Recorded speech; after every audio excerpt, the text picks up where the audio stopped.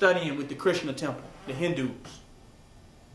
And in studying with them, they said, everything you do, and I interpreted it as black, because Krishna is black, the blackish one. So when I read the Bhagavad Gita and read all of the holy books, and the Srimad Bhagavatam and all the books, I always read it from a black perspective. I didn't see no European. And it said, everything that you do, you must do it for the Supreme Lord. Everything.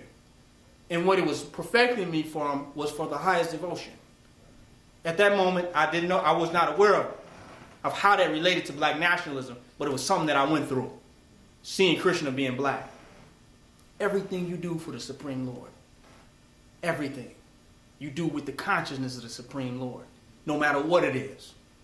And he said, if you approach all of your austerities and activities in that way, you will purify them with your consciousness.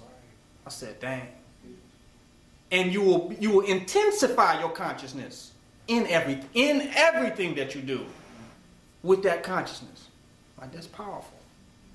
So even if the act doesn't seem to be related to a particular group of activities, or is not a superficial representation of nation building, every act must be approached with the devotion to nation building.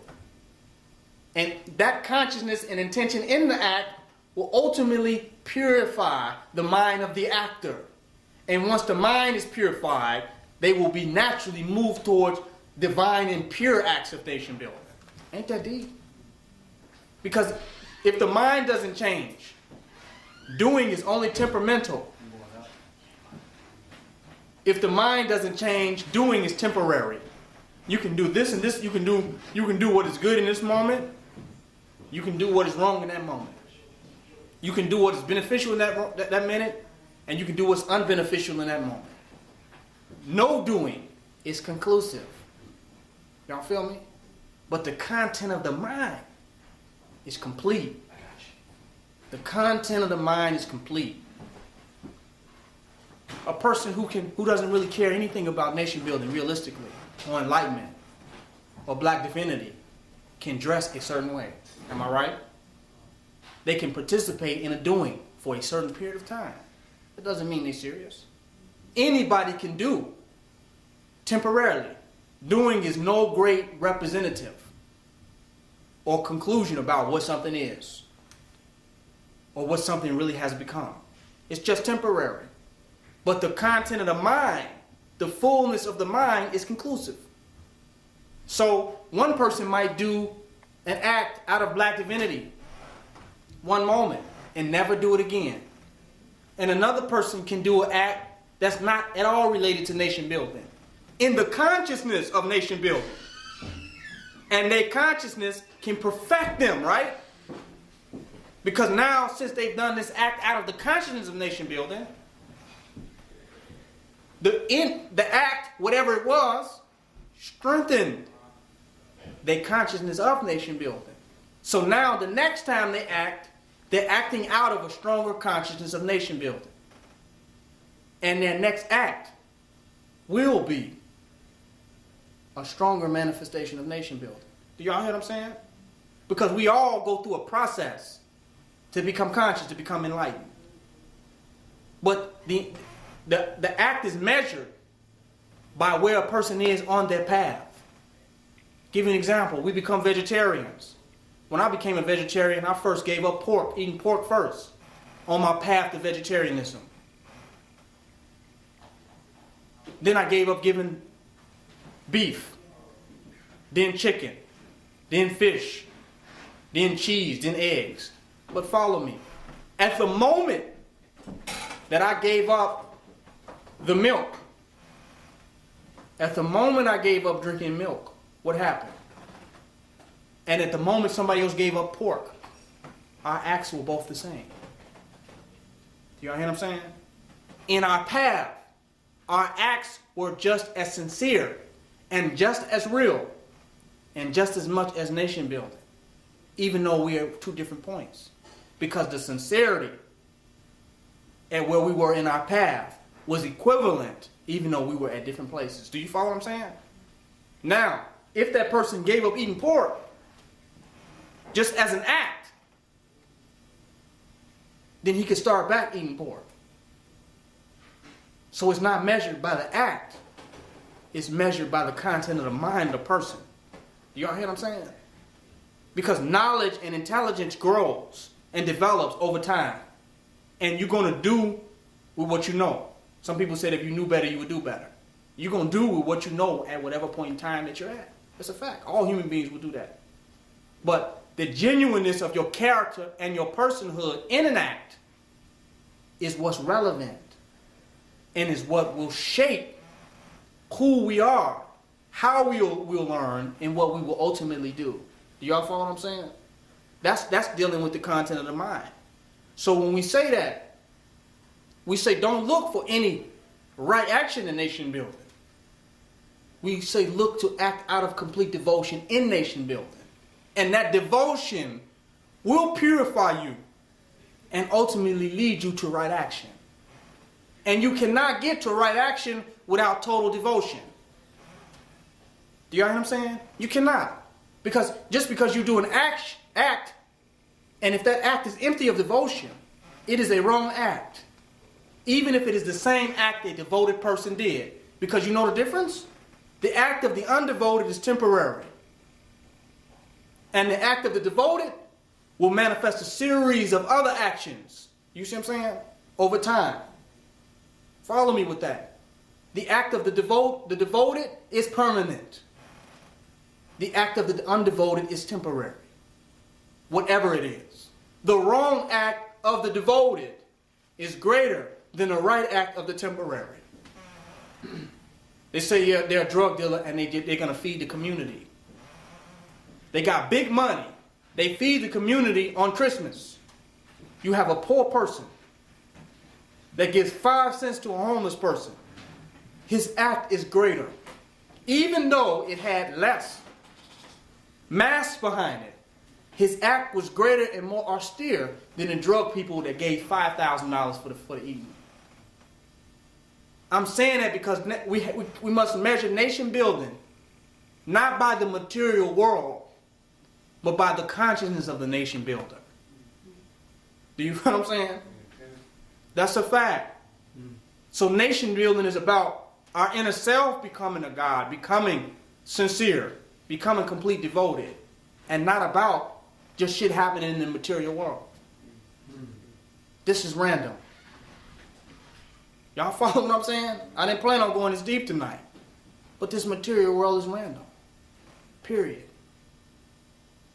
It has no meaning in absence of the content of the mind of the person. The sincerity and the genuineness of the person. There's zero meaning there. Period. And that's the religious thinker. The religious thinker says that these symbols, these symbolic actions, because I have a red, black, and green flag, or I have a cross, or I have some Buddha beads, or some prayer beads, or because I dress like this, or I look like this. This is nation building. This is spirituality. That's foolish.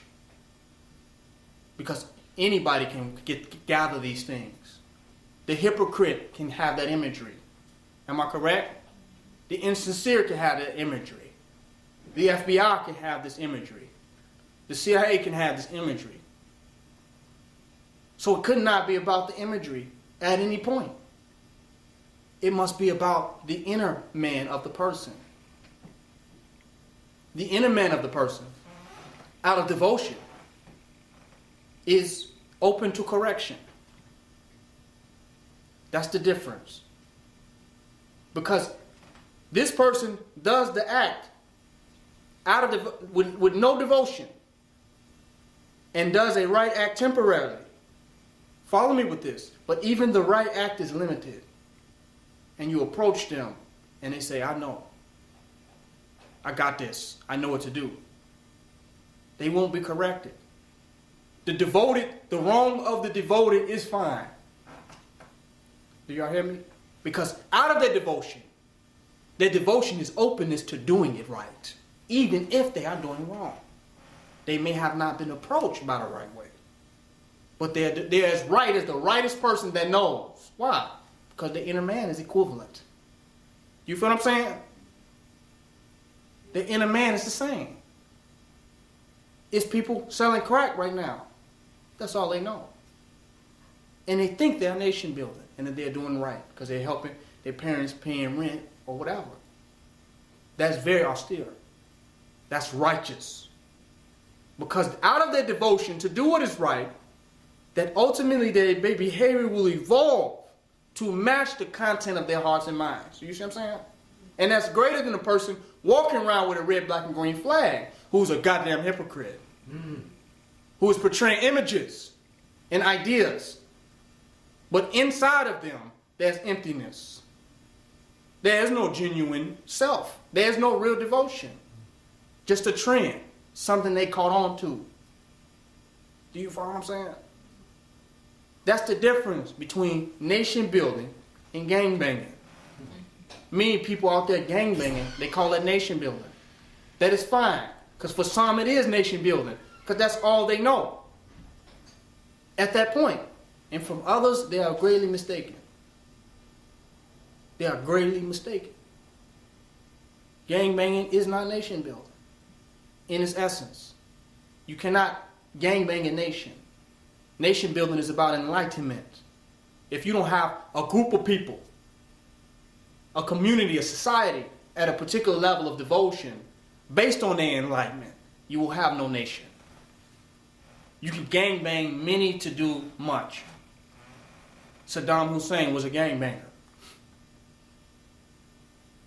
Under the tyranny of his gang establishment, he had in Iraq. He had in Iraq. But the people did not have devotion to that government. Which is why they let the white man come in there and take it down. That was gang banging. Idi Amin, very powerful brother, was a gang banger in Uganda. Was a gang banger. A powerful gang banger. And a respectable one for the amount of European heads he'd taken. But I'm telling you, we will not have nation building without a devotion from the people. And devotion comes from enlightenment. That's the reality. You can tie people up with red, black, and green handcuffs. Don't mean they have devotion. There's no aggressive way to produce devotion. There's no aggressive methodology. What you have is just people that are captive. You had a red, white, and blue slavery. Now you got a red, black, and green slavery. But the people have not arrived. They have not grew. When you saw what Gandhi did, you saw an enlightenment. When even you saw the limitation of what Martin Luther King did, you saw some enlightenment in a masses of people. It may not have been complete and total enlightenment, but all them people was on the same level of consciousness when they was walking out there getting hit in the head with bricks. They wasn't getting paid or tied up or beat by any group to do this. Their level of enlightenment made their devotion to black people worthy of such acts. That's deep. Now, while Martin Luther King's actions were incomplete, his thinking and his strategy was off. His devotion was real. And the devotion of the people that got out there and marched with him was real. They were truly devoted. That was the only method that they had at the time. So incorrect methodology is no sign of lack of sincerity. Do you see what I'm saying? But if you really have sincerity, over time, it will lead you to correct methodology. If you are closed-minded to correct methodology, you really do lack sincerity. They can't be at the same place. If you sincerely want to do something that you do not know how to do, you must be open to how to do it. Or otherwise, we can assume that you are not serious about doing it. It's a fact.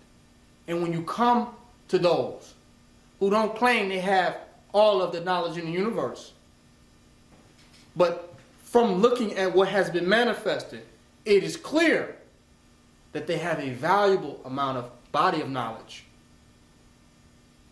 In being successful in it, your true sincerity about the attainment of the thing would be your openness